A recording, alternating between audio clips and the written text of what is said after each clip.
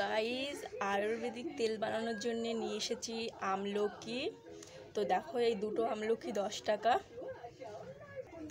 আর দেখো নিয়ে চলে এসেছি এই যে এই পাতা। তো তোমরা এই পাতা চেনো কিনা কমেন্ট করে জানাবে। সবাই চেনে এই পাতা, কারণ ছোটোবেলায় আমরা যখন টাক হতাম তখন এই পাতা রস করে মাথায় লাগাতাম।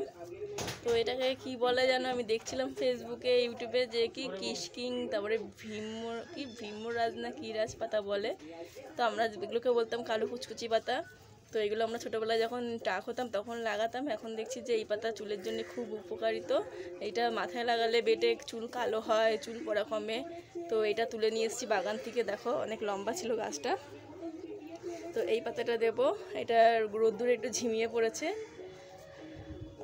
আর এগুলো দিয়ে এত সবজির এত দাম, এই যে এই আদা আর এই রসুন, এই যে দুটো রসুন, এই আদাটাকে 20 টাকা দাম, মানে কিছু বলার নেই আর।